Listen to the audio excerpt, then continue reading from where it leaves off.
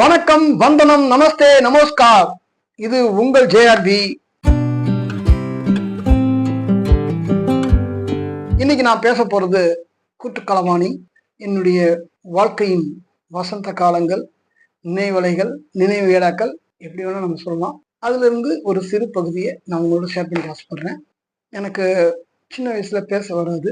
எனக்கு பேச்சு வரலன்றதுனால ஒரு 3-4 வயசு வரைக்கும் நான் பேசல. வீட்டுல நான் ஊமையாவே ஆயிடுவேணும்னு ரொம்ப நம்பிட்டாங்க. எங்க அப்பாவுக்கு ஒரு நப்பாசை. அவர் என்னை எப்படியாவது பேச வைக்கணும்னு ரொம்ப ஆசைப்படுவாரு. அதனால அவர் ரயில்வேல வேலை பார்த்துட்டு இருந்தாரு. அவர் ரயில்வேல எஸ்ஐயா இருந்தாரு. ஸோ அவர் வரும்போதும் இப்போ ரயில்வே டியூட்டி முடிச்சுட்டு வரும்போது எனக்காக அல்வா வாங்கிட்டு வருவாரு. அல்வா வாங்கிட்டு என் முன்னால வச்சுட்டு அப்பான்னு ஒரு வார்த்தை சொல்லு அப்படின்னு சொல்லி என்ன ரெக்வெஸ்ட் பண்ணுவாரு.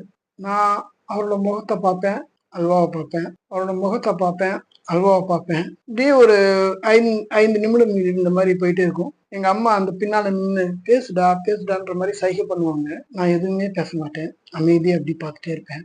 எங்க அப்பா முடிஞ்ச வரை முயற்சி பண்ணிட்டு அந்த அல்வாவை என் மேல தள்ளி விட்டு சாப் அப்படின்ட்டு அவர் அந்த பக்கம் போயிடுவாரு. அந்த பக்கம் போய் அவர் அழுவாருன்னு சொல்லி எங்க அம்மா சொல்லியிருக்காங்க. நான் அவசரமா அவர் அந்த பக்கம் போனோன்னே அவசரமா அந்த அல்வாவை சாப்பிட்றதுலதான் குறியா இருப்பேன். எனக்கு மதுரைக்கு மகா பெரியவா வந்தப்பதான் எனக்கு பேச்சு வந்ததுன்னு சொல்லுவாங்க. அதனாலதான் மகா பெரியவா, ஜெயேந்திர சரஸ்வதி சாமி இவங்க வந்தப்பதான் எனக்கு பேச்சு வந்ததுன்னு சொல்லுவாங்க. அதனாலதான் என் பேர் கூட ஜெயராமன் வச்சாங்க. ஸோ இது ஒரு சின்ன பகுதி. அதுக்கு பிறகு என்னுடைய ஸ்கூல் டேஸ்ல நான் ஏற்கனவே உங்கள்கிட்ட சொல்லியிருக்கேன், நான் கார்பரேஷன் ஸ்கூல்ல தான் படித்தேன். எங்க அப்பா ஏதாவது துக்க காரியத்துக்கு போயிட்டு வருவாரு. பேசிக்காவே அவர் ரொம்ப கண்டிப்பானவர், கராரானவர், ஒரு கம்பீரமான மீசை வச்சிருப்பாரு. அவர்கிட்ட பேசுறதுக்கு கூட நாங்க பயப்படுவோம்.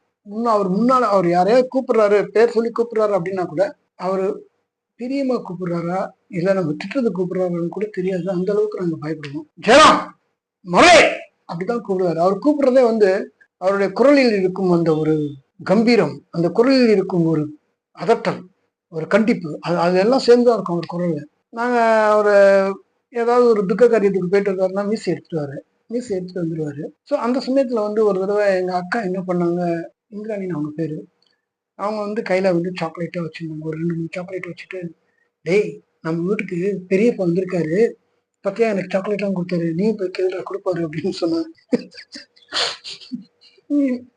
சிறு வயது தானே. எனக்கு அவரை எங்க அப்பாவோட அண்ணான்னு நினைச்சிட்டு போய் வேகமா ஓடி போய் அவரோட காலை கட்டிட்டு, பெரியப்பா எப்படி இருக்கீங்க பெரியப்பா, எனக்கு சாக்லேட் கொடுங்க பெரியப்பான்னு கேட்டேன். அதுவரையும் அமைதியா இருந்த மனுஷன் என்னை திட்டிக்கிட்டே பலாருன்னு முதுகு, வேணா பேர்படியா தான் இருக்கேன், பலாருன்னு முதுகு ஒரு அடி அடிச்சா இருப்பாருங்க.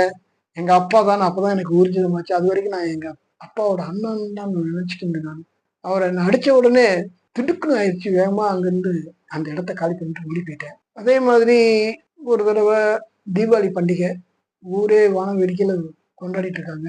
எங்க வீட்டுக்கு எல்லாரும் வருவாங்க. வர்றவங்களுக்கு ஸ்வீட் காரம்லாம் கொடுத்துடுவாரு எங்க அப்பா. அப்படி வந்தபோது ஏழை இவங்கெல்லாம் வருவாங்க இல்லையா, அப்படி வந்ததுல என்னோட ஃப்ரெண்டும் இருந்தாங்க. அவன் பேர் வீரன். அவன் எல்லா ஜெராம் எதிரா இருக்கா அப்படின்லாம் பேசிட்டு இருந்து அவங்க எங்க அப்பா அவங்களுக்கு ஸ்வீட்லாம் கொடுத்தாங்க, காரம்லாம் கொடுத்தாங்க.